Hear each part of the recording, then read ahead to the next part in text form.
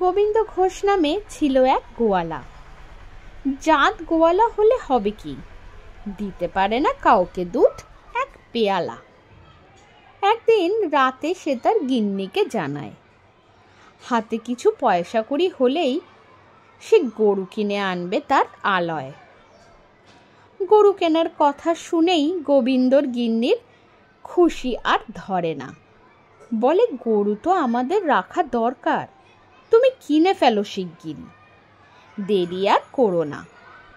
পরের দিন সকালেই তার গিন্নি হাটে যায় চলে, নিয়ে আসে হাঁড়ি কুড়ি দুধ, দই, ঘোল, ঘি, ননি, মাখন রাখবে বলে। গোবিন্দ ঘোষ দেখে তো অবাক।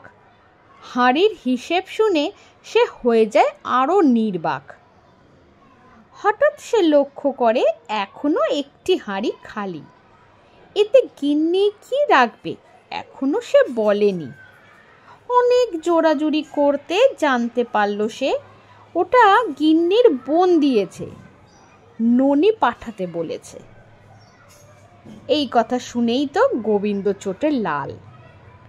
নিল একখান লাঠি, স্ত্রীকে মেরে করল বেহাল। গোবিন্দর বউ মার খেয়ে চিৎকার করে কান্না জুড়ে দিল। ঠিক সেই সময় গোপাল ওই পথ দিয়ে যাচ্ছিল।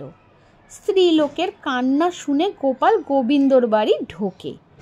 দেখে গোবিন্দর বউ কাঁদছে আর গোবিন্দ মারছে ওকে।